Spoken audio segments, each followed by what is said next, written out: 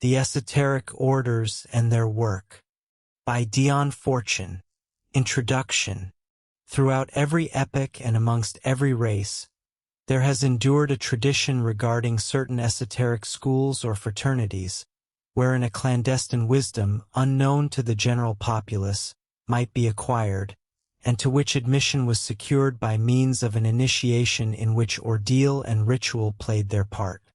Whosoever is conversant with the literature of folklore and anthropology is aware that this conviction prevails among primitive peoples, from the Eskimos of the Arctic Circle to the Digger Indians of Tierra del Fuego. Whosoever has also examined the annals of history is aware that it has predominated since the earliest dawn of human culture.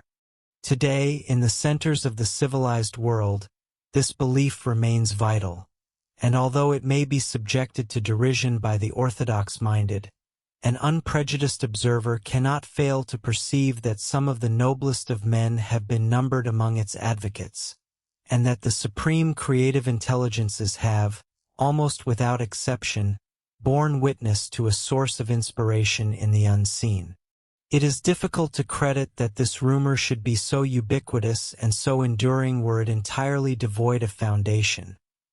Moreover, the fact that it manifests in an identical guise among races who have had no intercourse with one another, such as the primitive Mexican and the primitive Egyptian, constitutes additional evidence in favor of its veracity.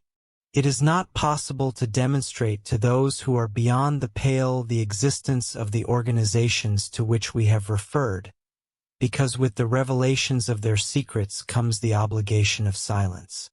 It is permissible, however, to impart sufficient information to enable the earnest seeker to discern the path whereby he may approach the entrance to one or another of these schools, and for that purpose the following doctrine concerning the esoteric orders and their functions is placed before the reader, though the proofs of the statements therein contained must of necessity be withheld until he shall have qualified himself to receive them. The various occult schools declare themselves to be the custodians of a secret traditional science, communicated to them in premies by divine founders and enriched and revised from time to time by great teachers. This science concerns the study of the causes that lie behind observable phenomena and determine their condition. Following preliminary examinations regarding character and aptitude, the occult fraternities are prepared to communicate the theory of this science to accepted candidates, and subsequently to convey the powers for its practical application by means of ritual initiations. These, in brief, are the claims made for the occult schools by those competent to speak on their behalf. It is very frequently, and very reasonably, inquired why it is that societies avowedly established for the service of humanity, and possessing such valuable instruction to bestow, should not freely disseminate it to all quarters, should not, moreover, conduct active propaganda to induce individuals to participate in their wisdom, rather than, as they appear to be doing, sequestering themselves as if seeking by every possible device to avoid observation and prevent themselves being discovered by those who would learn from them.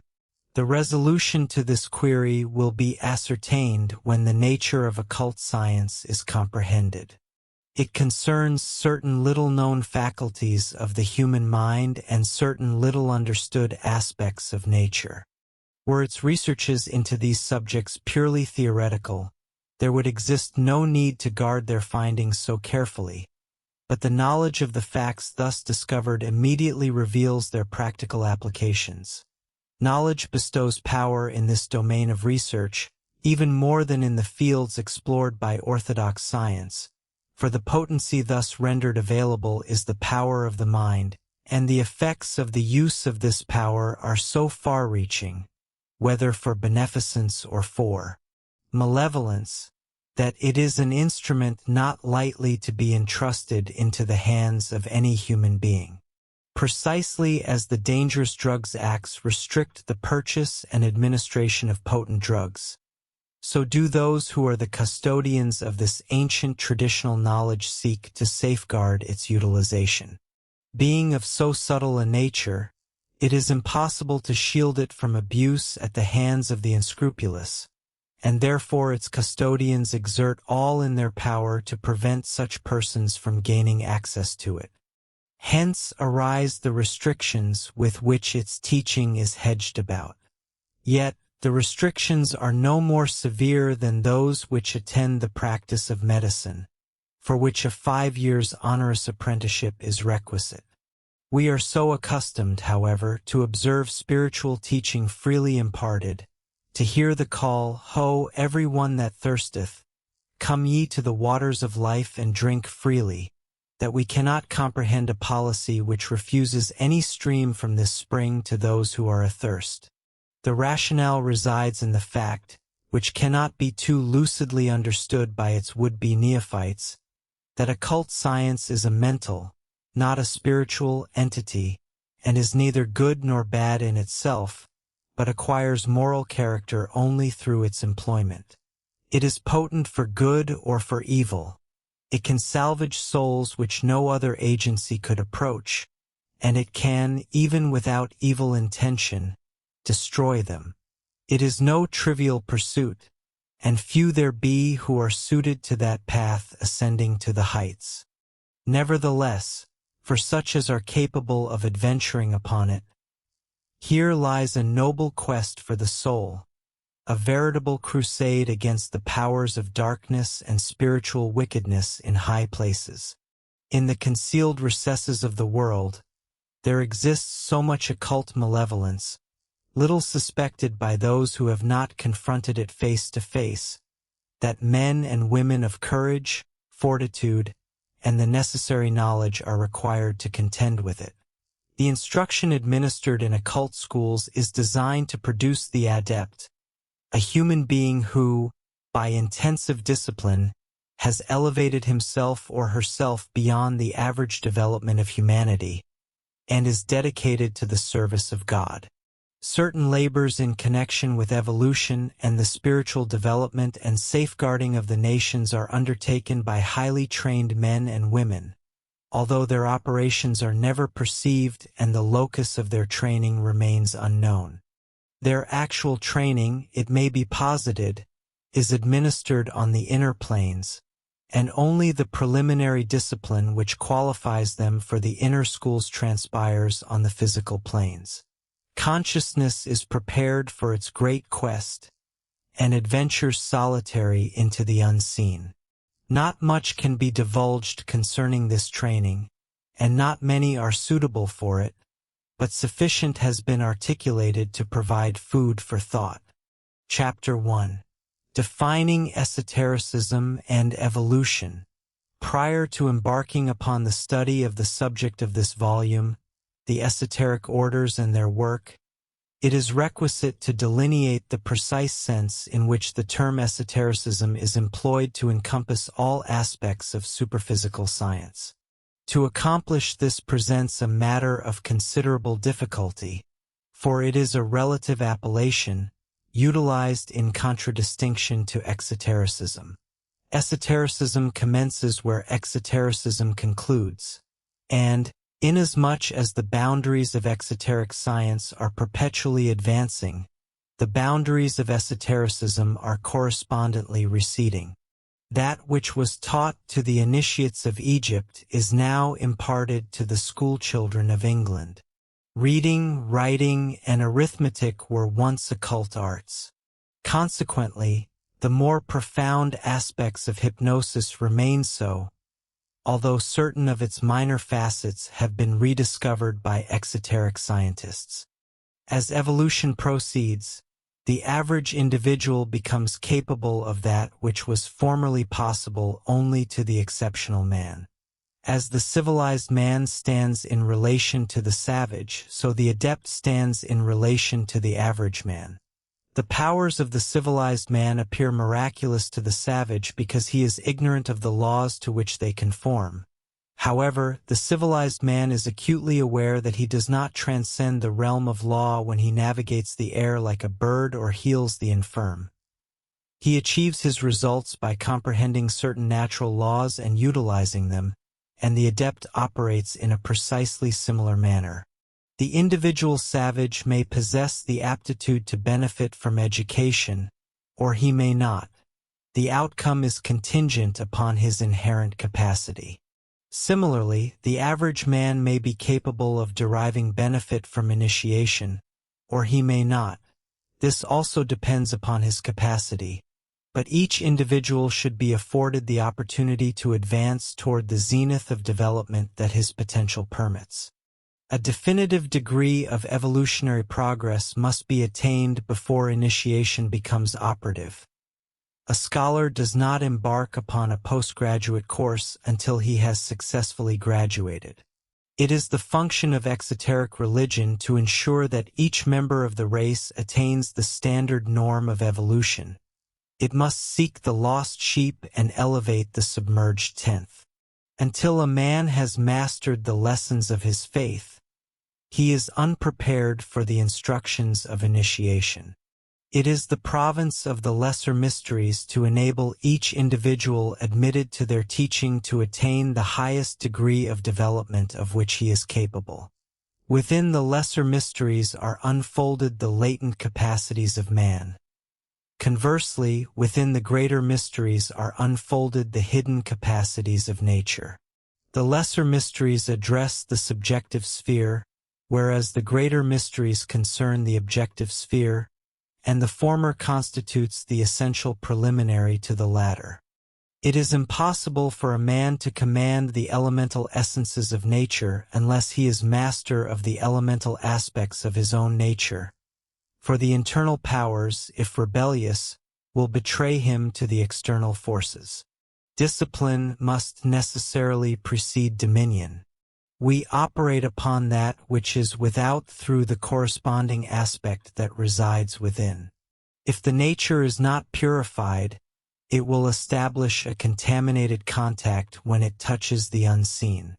The operations of occultism are founded upon the powers of the will and the imagination, both of which are blind forces.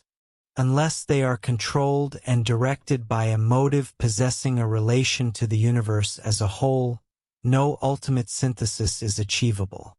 The personality must be universalized by the ideal toward which it strives, in order that it may function as an organized component of the cosmic whole. It is this impulse toward universalization that constitutes the ultimate hunger of the soul. The lesser self seeks to achieve this by drawing all things into itself in a frenzy of possession, while the greater self seeks to achieve it by transcending the boundaries of the self and becoming one with the universe. There are two unions to be realized. The self may become one with the universe through universal sympathy. This is the objective of the occultist. Alternatively, the self may be unified with the creator of the universe through absolute devotion. This is the objective of the mystic.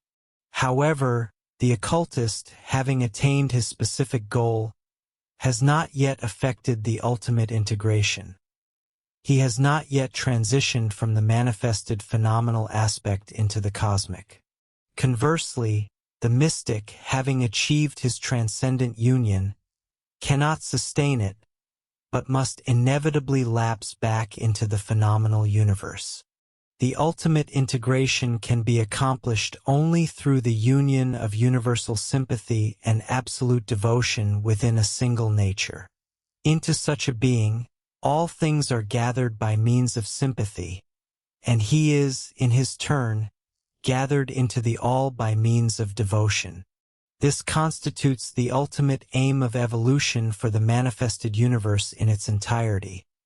And he who proceeds via the way of initiation does merely anticipate the course of evolution.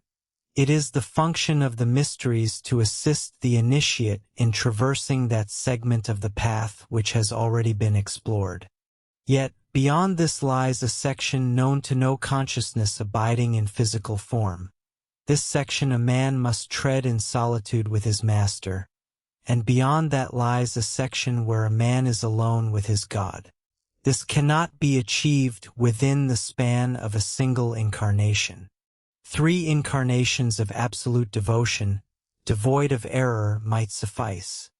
Yet, who is without error, and how far must one have advanced upon the path before absolute devotion is attained? We cannot step out of the march of evolution with one foot and into the cosmic light with the other.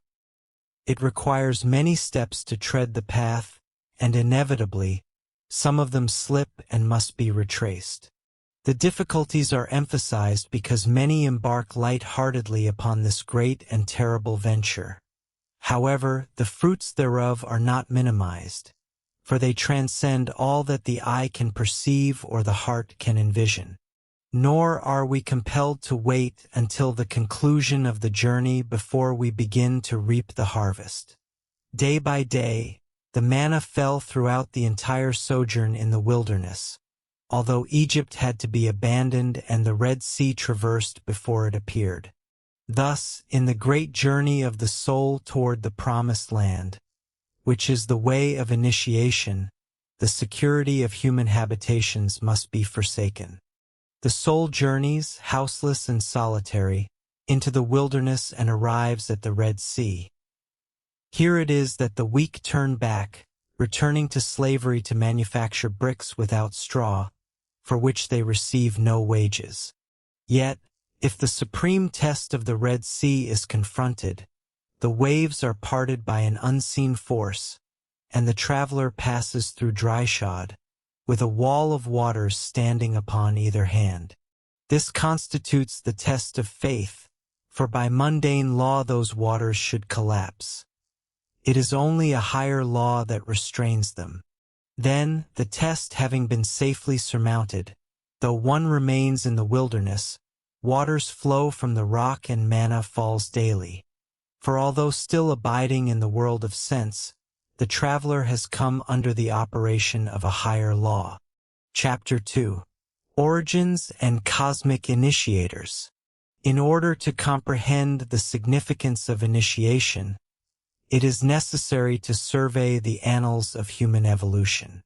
Occult science posits that other species of human beings anteceded humanity as we currently know it. Designating these distinct species as the root races, it maintains that the root race currently in possession of the globe constitutes the fifth within this evolutionary series. In the two preceding races, identified as the Polarian and Hyperborean, consciousness had not yet achieved individuation. Rather, humanity was overshadowed by its group soul in the same manner that lower animal orders remain overshadowed to the present day. The esoteric psychology of the group soul affords an expansive domain of inquiry that is too labyrinthine to explore within these pages. It must suffice to state that the operations of such a group soul may be discerned in the intelligence of the ant and the bee, and in the migrations of the birds. Indeed, numerous perplexing phenomena of animal intelligence find their explication through the hypothesis of a group soul. As human evolution advanced, an increasing quantity of the mental substance common to the species became organized into distinct complexes and subsequently incarnated within the manifold separate vehicles that constituted the composite corpus of the group. These organized complexes, developing around the original nuclei or divine sparks, scattered through the amorphous mass of the group soul, ultimately coalesced into individualized entities and evolved into human form. Once evolution had traversed a specific distance, these individualized entities attained a degree of independence that rendered them recalcitrant to control by the overshadowing group soul, and the Logos summoned to his assistance those of his progeny who had concluded the cycle of their maturation in a prior evolution and had achieved cosmic adulthood.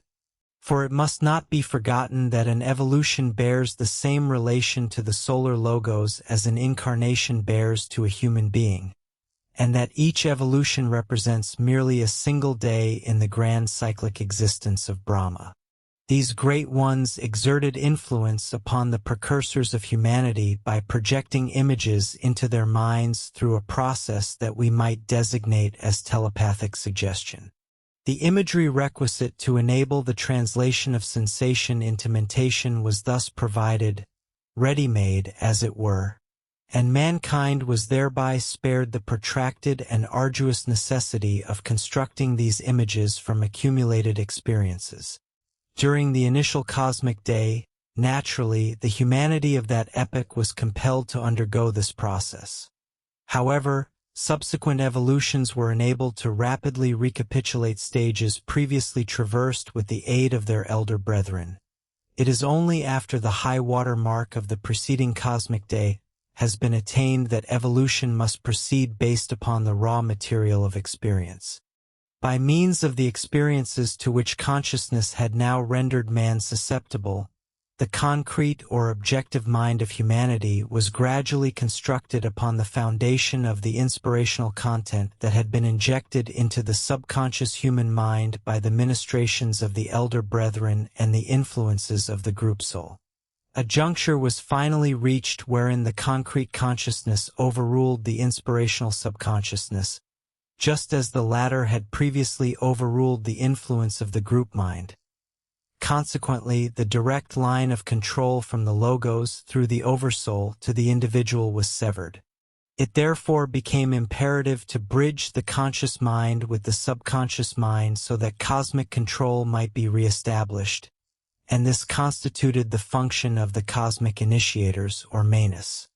These great ones, who among all the lords of evolution remain the nearest kin to humanity, having attained their development in the cosmic day immediately preceding our own, appeared upon the earth during the middle of the Atlantean period. These are the high priests after the order of Melchizedek, who, being without father or mother, constructed their physical vehicles without human assistance. It was their office to communicate with the concrete mind of humanity and to forge a connecting chain of associated ideas from consciousness to subconsciousness, thereby enabling man to perceive the subtler vibrations that constitute the voice of the higher spheres. To accomplish this, they were compelled to appear to concrete consciousness in a concrete form. Hence, with infinite difficulty, they were obliged to construct a vehicle that concrete consciousness could cognize. These anthropoid forms were so ill-suited to the highly evolved forces they were required to contain that they were sustained only with the utmost difficulty and for brief durations. Hence arise the accounts of the sudden appearances and disappearances of the gods, which form an integral part of all primitive traditions. For these great ones were the veritable gods of myth and fable, the divine founders of racial cultures to which all primitive traditions retrospectively gaze. They must not, however, be confused with the personifications of the nature forces from later periods. Rather, these are the culture gods or divine progenitors. These great entities gathered about themselves bands of students selected from the most promising members of the race to which they descended, and cultivated their faculties until they were capable of consciously cognizing those subtle types of vibration which hitherto they had been able to perceive only intuitively, thus recovering the primitive type of mentation upon a higher arc. This having once been accomplished, the Manus were enabled to withdraw to those planes upon which they could function with greater ease and freedom, summoning their pupils to ascend the planes and attend them there for instruction, while leaving it to those same pupils to educate others as they themselves had been educated, thus recruiting the occult school through succeeding generations. Thus was the great sun worship of Atlantis established, and its school of initiation endowed with knowledge. The Manus were able to instruct their pupils regarding the formations of the spheres because they themselves had been present when the spheres were being constructed. They could inform them of the phases through which evolution had passed because they were either eyewitnesses, having themselves developed during certain of these phases, or were the initiated pupils of those who had done so. Thus it is that the occult schools preserve the traditions of the history of cosmic evolution. Chapter 3. The Three Atlantean Migrations. Scholars of esoteric literature will doubtless be cognizant that there exist multifarious schools of occultism. Furthermore, they will ascertain that the doctrines and symbolism utilized within each are fundamentally identical, to such a degree that, through a mere translation of terminology, the initiate of one fraternity is empowered to comprehend the scriptures of another. Notwithstanding this similarity, these institutions are not identical. For although the form remains uniform owing to a shared genesis, the force that animates them is wholly distinct, a consequence of the specific circumstances attending their foundation. One must recall that, amidst the manifold seismic calamities which convulsed ancient Atlantis, 3 were of greater magnitude than the rest, and these were designated the 3 great cataclysms. Prior to each of these cataclysms, an emigration departed, comprised of those possessing sufficient development to foresee the impending disaster. These exiles carried with them copies of the sacred books and included within their ranks initiates of a grade sufficient to establish a lodge. These initiates derived their authority for the foundation of the new center from the presiding Manu. Now, the Manas, in common with all existence, function under the aspects of the cosmic phases, and inasmuch as the logos of our system is a triune entity, whose 3 phases are wisdom, power, and love, the logoidal phases proceed through a cycle of 3. Consequently, although all 3 aspects are perpetually present, at one epoch one aspect will predominate, and at another epoch a different one, much as a triangle revolving upon its center presents first one angle and subsequently another to the observer's gaze, whilst remaining inherently triangular. This sequence may be discerned in history provided a sufficiently protracted period is scrutinized.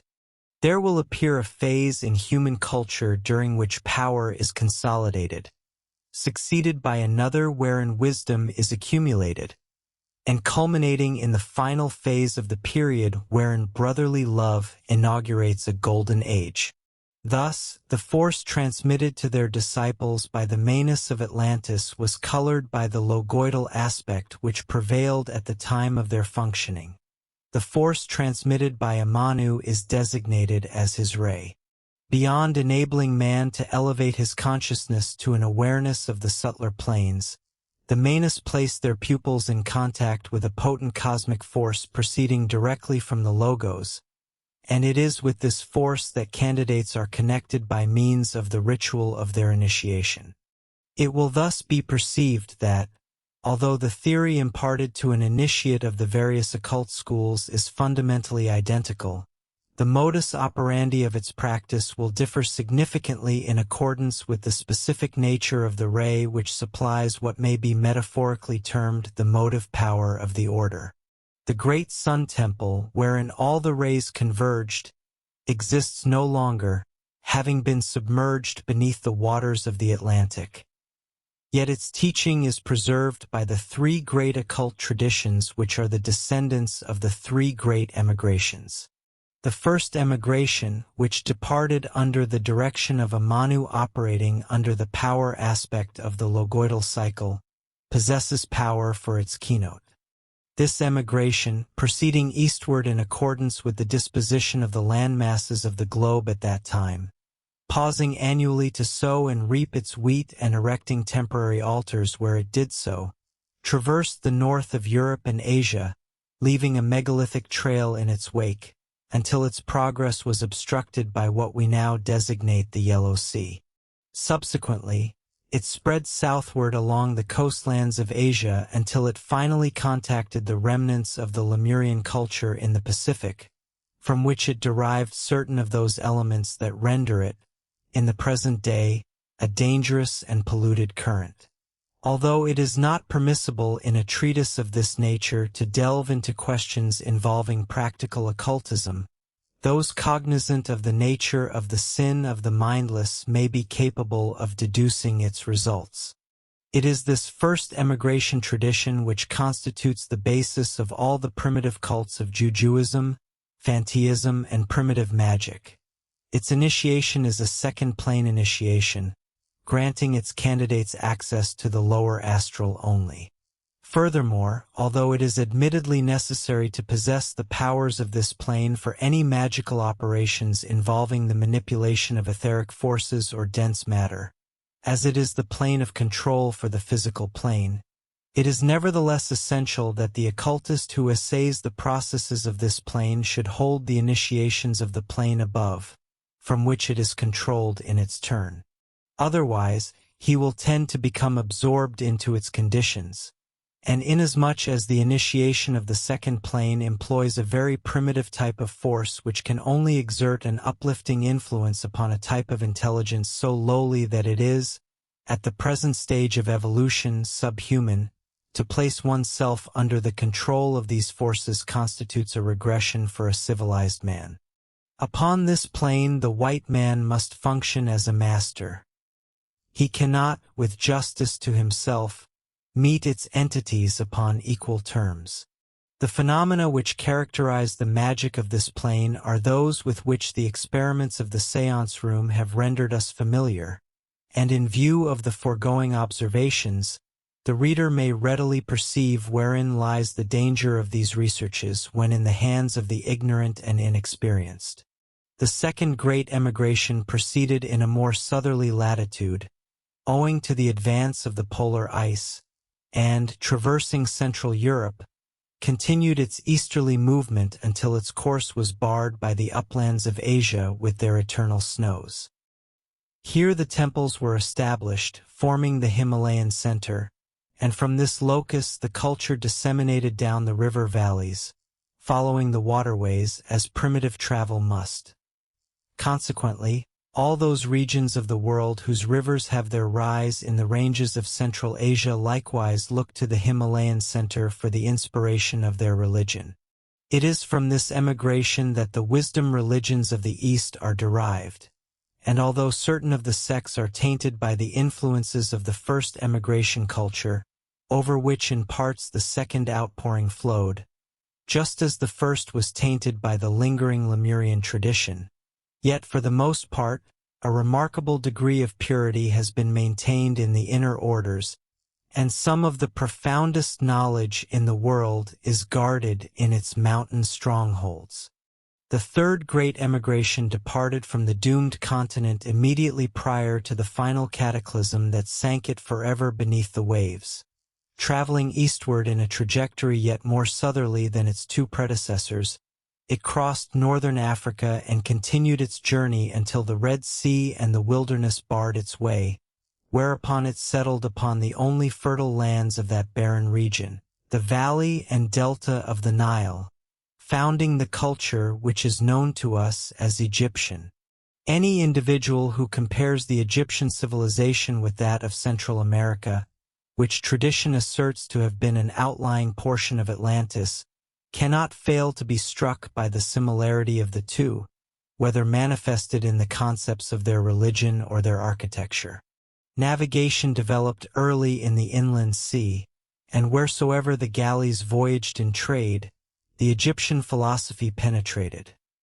Thus, the third emigration tradition disseminated throughout the Mediterranean basin and the Near East. The Tyrian and Grecian mysteries concede that their adepts received instruction within the Egyptian temples. From the Tyrian lineage, it is established that the Hebrew tradition derived its renaissance, and from the Grecian mysteries emerged that gnosis which transmuted the spiritual concepts of Christianity into the language of the intellect. From the gnosis, suppressed though it was by the Christian Church once authority had been assumed by those cognizant only of the external form of the truth they possessed, arose that enduring succession of intellectual mystics who maintained the sacred flame in Europe, and whom subsequent generations have designated the alchemists. As the advancement of communications facilitated the diffusion and intermingling of cultures, it was inevitable that the lines of demarcation distinguishing one tradition from another should become less rigid in later eras than they were in antiquity. Consequently, disciples of the second and third traditions encountered and influenced one another along the trade routes of the Near East. Yet, notwithstanding that the teachings may have undergone modifications under the impress of characteristic racial cultures, the forces employed in initiations remain distinct. The disciplines or methodologies of training are likewise radically different. Those pertaining to the power ray operate from below upwards, and by acting upon objects of the plane of manifestation, seek to influence their subtle aspects. It is characteristic of the methods of this ray that they necessitate a material inception, a magical substance which serves as their point d'appui, and furthermore, much of their wisdom consists of a knowledge of those natural objects which exist in close association with the unseen world, thereby granting ready ingress to it. Thus, we observe the witch doctors of these cults possessing collections of curious trophies, each of which is credited with supernatural values. Whether these values depend upon their intrinsic properties or upon the faith of their possessor is a matter which must be ascertained in each individual instance, for there exists too great a volume of evidence regarding the existence of such properties for all claims to be dismissed as mere delusion, and it is an imprudent man who would undertake to offer an opinion upon a matter he has not investigated. Within this tradition, therefore, we discover extensive knowledge of physical magic, and of those pharmacological agents which affect states of consciousness by acting upon the nervous system and endocrines, yet simultaneously, a complete dearth of any rational understanding of the methods employed. When uninfluenced by the more evolved traditions, the knowledge of the first tradition is an empirical, rule-of-thumb affair, significantly adulterated by pure superstition, which is as alien to true occult science as it is to natural science.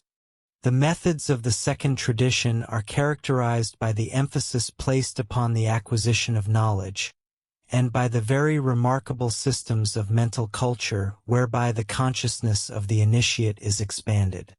Concurrently, however, the instructors of this school are not ignorant of the methods of the first tradition. This is by reason of the fact that, arising from the same Atlantean school of occultism, albeit at a later period of its history, they were in possession of the lower as well as the higher degrees that evolution had accrued. They retained all that the initiates of the first emigration had possessed, in addition to the acquirements of later generations, and the original methods, being fundamentally sound, have never been superseded upon the planes to which they appertain. Each tradition, in fact, possesses all that its predecessor possessed, in addition to that which is characteristically its own. The Western esoteric tradition had its origin in the third and final emigration from Atlantis, which occurred immediately prior to the ultimate catastrophe that submerged the lost continent beneath the sea, together with its wisdom and civilization. The priests who accompanied the emigration bore with them the sacred books and symbols, that they might establish a temple of the sun in the land of darkness towards which they journeyed. For the founding of this temple, they received a mandate from the then Manu, and the contact, occurring when the love aspect of the Logos prevailed, was consequently established upon the ray of love and devotion. Just as the first emigration, emerging under the power aspect of the Logos, held as its ideal the wielding of power perfect and supreme beneath the cosmic laws, and the second emigration, emerging under the wisdom aspect of the Logos, held perfected wisdom as its ideal. So the third and final emigration, emerging under the love aspect of the Logos, maintained brotherhood and compassion as its ideals, and socialization as its designated task. The priests of the third emigration, having been trained in the same tradition that had dispatched the priests of the first and second, possessed the secret wisdom of both these traditions in addition to that which later ages had evolved. Through these phases, the new mystery school was compelled to pass in constructing its system, as can be clearly distinguished in the history of the mysteries. However, having recapitulated these phases and attained a level of culture equivalent to that of the parent civilization, the final and characteristic phase was inaugurated by the work of the Master Jesus. The Western tradition, therefore, comprises three aspects. The nature aspect, corresponding to the astral initiations, whose master on the lower astral is represented by the left-hand pillar of the temple, and on the upper astral by Orpheus, the sweet singer. The wisdom aspect, corresponding to the initiations of the mind, whose master on the lower mental plane is Hermes, and on the upper mental is Euclid, and the devotional and spiritual aspect, whose master of masters is Jesus of Nazareth. These three great aspects constitute the plenary Western tradition, and each, without the other two, is but partial. Unless the ray of nature worship is complemented by the ray of intellectual development and hermetic training, subhuman aspects will become dominant in the subconsciousness of the aspirant. And unless the intellectual ray be illuminated by the spirituality of the devotional ray, it will tend toward hardness of heart and narrowness of outlook, whilst the nature ray itself sweetens and vivifies the mysteries with the joy and beauty of its primitive nature contacts. All rays unite in the sun, and therefore their paths converge. Subsequently, after a certain stage is attained, they coalesce, such that an initiate of the higher degrees of any mystery school will stand upon common ground with the initiates of any other school. Yet, in the lower degrees, and particularly in their methods of operation on the astral and physical planes, the schools are widely divergent, as the differences in their invocations testify. That which summons the Devas of the East will not invoke the angelic hosts of the West, nor will the banishing formula which dispatches Hindu devils about their business provide protection in a European country, as many an English chela has ascertained to his cost. The very mantrams, spells, and words of power are assembled upon distinct principles. To borrow a metaphor from music, the rays are played in different keys, and if transposition is to be effected, it must be executed by a skilled master who understands the correspondences. Horrible effects are produced by merely playing sharps as flats. Any student of comparative religion knows that, although the great deities can be identified throughout the different mythologies and analogous symbols appear in all religious systems, modification in both names and signs occurs when they are translated from one country to another. Many students ignore the differences and concentrate upon the similarity, believing the alterations to be attributable to local peculiarities of pronunciation, and therefore superficial. They presume that, having identified the different sun gods throughout the world, they are dealing with one and the same potency. It is, of course, incontrovertibly true that the identical force lies behind them all. Yet, one might with equal justification attempt to employ indiscriminately a telephone, a dynamo, and an electric cautery simply because the same motive power animates them. The precise pronunciation and orthography of words of power are of paramount importance in all occult operations, and they do not undergo permutation capriciously, but rather in accordance with definite laws. The variation in sacred names from nation to nation serves to adapt the forces to the prevailing conditions, and such matters are not to be trifled with lightly.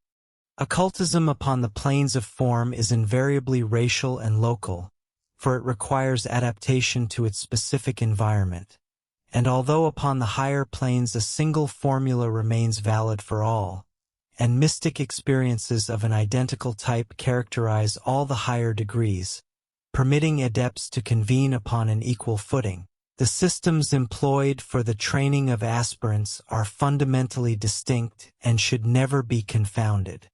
Meditation and asceticism may conduct the Eastern chela to the feet of his master, but the Western initiator, operating within the substantially denser material conditions of that civilization, is compelled to employ ritual to achieve his results, rituals which very few Eastern constitutions could endure. The meditative methodologies of the East will fail to yield results in the West unless the vitality is diminished, and it is a perilous undertaking to attempt the manipulation of high potencies with lowered vitality. Nor shall the aspirant fare well amidst the relentless rush and drive of our civilization. Methods developed to accommodate a specific mode of existence, regime, and set of etheric conditions are ill-suited for a totally divergent type, and this incongruity manifests itself in the nervous strain endured by the pupil. Should one desire to pursue the yogi methods, one must inevitably lead the yogi life. If one does not, one faces inevitable collapse. The Eastern forces necessitate highly purified and rarefied vehicles for their operation, and consequently, the primitive aspects of the nature must be rigorously pruned away. The Western forces are far more potent and drastic in their action, for they seize upon the primitive aspects and utilize them for their own ends, sublimating the base metal into gold rather than precipitating gold from the ether. One may enable oneself to receive wireless signals beyond the normal range either by augmenting the power of the transmitting apparatus or by enhancing the sensitivity of the receiving apparatus. The Western method employs the former approach, whereas the Eastern employs the latter. If a teacher desires to utilize the methods of the East, he must compel his pupils to fulfill the conditions of the East, and for the higher degrees, he must journey to the East.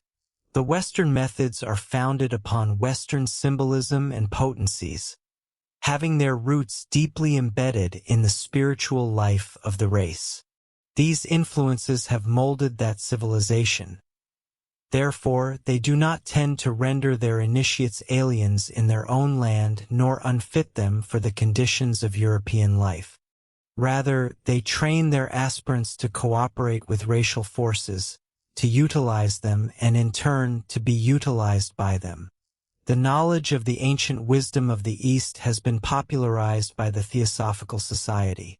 However, let us not forget that there exists our own native esotericism, concealed within the superconscious mind of the race, and that we possess holy places at our very thresholds which have been utilized for initiations from time immemorial, potent alike for the nature contacts of the Celt, the work of the Hermeticist, and the mystical experiences of the Church of the Holy Grail.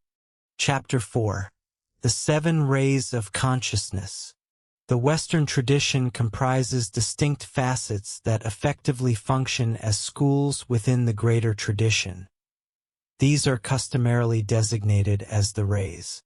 These rays typically derive their nomenclature from the spectral colors with which they are purported to correspond. There exists considerable divergence of opinion regarding the chromatic notation assigned to the rays. The prevalent system, which correlates the first ray with the first plane inter alia, is entirely arbitrary and exoteric, for the planes did not evolve within a singular ray cycle, as periods of pralaya intervened at various junctures. The authentic esoteric color notation diverges from this model in several particulars. Consequently, a terminology has been adopted that designates the rays according to the specific school wherein they achieved their zenith of development, correlating them with the planes and states of consciousness. This system is designed to be readily intelligible to readers, irrespective of the terminology to which they are accustomed, thereby obviating the mental obfuscation that ensues when familiar terms are imbued with unfamiliar implications. The subject of the rays is exceedingly technical and intricate. While of paramount importance in practical occultism, it is impossible to explore it in minutiae within these pages, for it necessitates a volume dedicated solely to itself. Suffice it to say that the rays originate from the periodic emanations of the logoidal life impulse. One may conceive of these emanations as incising channels upon the inner planes, wherein the logoidal force continues to circulate long after the initial torrent has exhausted itself. These outpourings construct the successive planes of manifestation, depositing them, as one might posit, in the manner of a river flood depositing silt. Each of these effusions must secure its ingress into the plane of matter through the consciousness of an incarnated entity. Thus, the great ones, perfected in prior evolutions, step forward in rotation to undertake this burden. Once they have completed this task and the torrent, having deposited its sediment, is subsiding, they retreat to the inner planes. There, they continue their labor of focusing that specific manifestation of the logoidal life, endowing it with form and expression. They are subsequently known as the Lords of the Rays or Star Logoi. The planes of human consciousness correspond to the planes established by the rays. Indeed, it is the forces of a ray, reconcentrated into a miniature torrent by means of ritual, that are utilized to stimulate the corresponding plane of consciousness into active functioning. Each soul possesses all 7 aspects, yet in a given incarnation, certain aspects may remain latent. There is rarely an equitable, comprehensive development. One of these planes will serve as the focal point of consciousness, while the other aspects will remain subordinate and contributory thereto. For instance, one individual may function primarily through his emotions, and his judgment will be swayed by his sensibilities. Another may concentrate upon his intellect, and, to employ the archaic phrase, his head will rule his heart. When such individuals approach initiation, it becomes the arduous task of the initiator to endeavor to persuade them to cultivate the complementary aspects, thereby effecting a balance. It is a comparatively facile matter to induce a stimulation of an individual's natural proclivity. The difficulty lies in inducing a corresponding fortification of his deficiencies, which alone will produce equilibrium. The man who focuses within his mind must learn to employ his heart, and the man who focuses within his heart must learn to utilize his head. Neither faculty in isolation suffices. Consequently, students tend to segregate themselves into groups according to type, and these distinct typologies must be addressed differentially within the school of initiation. The lesser mysteries aim to provide a comprehensive preliminary training, initially in the purification and discipline of character, and subsequently in the development of intellectual powers, particularly that of concentration. All candidates are required to traverse this course, and numerous failures stem from premature specialization. It is only after they have successfully navigated the 3 grades wherein consciousness is disciplined that the dedication is offered and accepted, permitting them to advance to the greater mysteries. Herein, they are segregated onto the rays, laboring first upon one and then another until they have acquired the powers of the planes to which the rays correspond. Each ray influences a distinct aspect of consciousness, and by the time the student has traversed them all, his nature will be developed, purified, and harmonized in all its facets. Then, in accordance with his temperament, he selects the ray in which he shall specialize, thereafter settling into his labors upon that ray. Yet, it is essential that he shall have possessed experience of all the rays prior to this undertaking. Otherwise, he will resemble a composer attempting to score a band piece without comprehending the technique of the woodwind. He cannot score for an instrument unless he understands its technique. So it is with the initiate.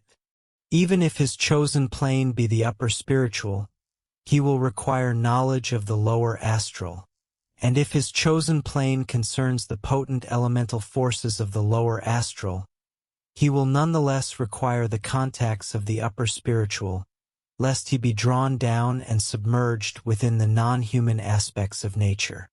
Each plane and its corresponding aspect of consciousness is opened under the aegis of the Lord of the Ray, whose name constitutes the supreme word of power of that plane. Regrettably, each occult school tends to specialize, as racial temperaments possess their natural inclinations. The rays most actively utilized at present within the Western tradition are the rays of the concrete mind and of the concrete spirit. The Eastern tradition, conversely, has elevated to a high degree of development the ray of the etheric aspect of matter in Hatha Yoga and the ray of the abstract spirit in Raja Yoga. Other rays have seen their development during different phases of the world's history.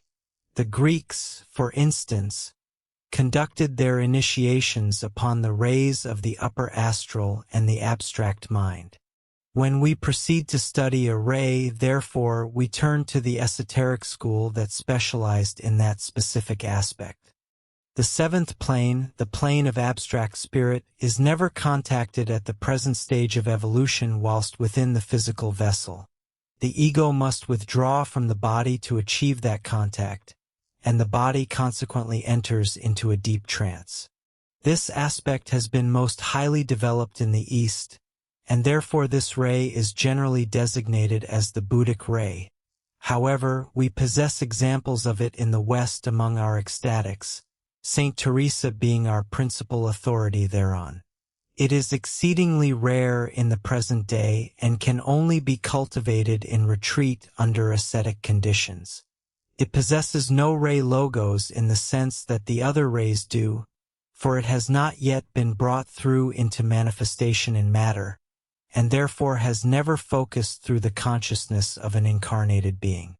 Its invocation and contacts are those of the Holy Ghost, and it is never operated in waking consciousness, but only, as has already been stated, in full trance. The operations of these contacts involve the withdrawal of the soul from the world and are never undertaken until the time approaches when freedom from the wheel of birth and death may be claimed. Concentration upon this contact before the time is ripe causes an arrestation of spiritual growth. We find an example of this in Europe among the Quietists. Madame Guyon, to employ an expressive metaphor from Evelyn Underhill's magnum opus on mysticism, basked like a cat in the rays of the sun of life. It is the extensive development of this aspect that has paralyzed the progress of the East. The sixth plane, or plane of concrete spirit, constitutes the focal point of civilization at present. Hereon are developed the spiritual qualities of love, truth, goodness, purity, and divers others. This ray was made manifest to mankind by the Master Jesus, who stands as its Master of Masters, its ray logos. Consequently, it is designated as the Christian ray. The initiation associated with this ray represents the supreme ideal attainable by an individual whilst they remain upon the human path of evolution. It is the contacts of this ray that bestow upon the saint his vision beautiful and transform the mere chalice into the Graal. This is the concealed power of Christianity, imparted to the disciples within the upper room, whilst the multitude received only a rule of life, a regimen, however, which, if adhered to with fidelity, would eventually lead them to that selfsame upper room to receive the inner teaching, which is not withheld, but merely kept distinct. It is the potency of the Christian ray that radiates through the Graal, and it is to the Church of the Graal that the aspirant approaches upon electing to pursue the way of the cross. This constitutes the church behind the visible church, an institution not perceived by the eye but realized by the Spirit. It is to this sanctuary that devotion to the sacraments guides an individual. The edifice constructed of stone fades from his perception, and he discovers himself within the church not built by human hands, eternal in the heavens. It is herein that the Christian mystic offers worship. Here he encounters his master face to face within the wine and bread, elements that are no longer mere bread and wine, but substances of a magical operation sublimated into spiritual gold. The initiations of the plane of abstract mind concern the development of intuitive thought and the capacity of deductive reasoning to extend from the known into the unknown, translating it into cognizable terms. It is frequently termed the Pythagorean ray, as it enjoyed its zenith within the mystery schools of Greece. This is the true wisdom ray. Do you want access to this and all the complete audiobooks on the channel, plus the ebook version? Click the link in the description or scan the QR code in the left corner of the screen to access our library, where you can listen to your favorite esoteric books without ad interruptions, lock your screen, or use other apps while the narration plays, and even download the ebook version to follow along as you listen. Listen on your computer via web browser, or download the app from the Play Store. After subscribing, you will receive an email with your login details, password, and step-by-step instructions on how to access the books through the Hotmart app.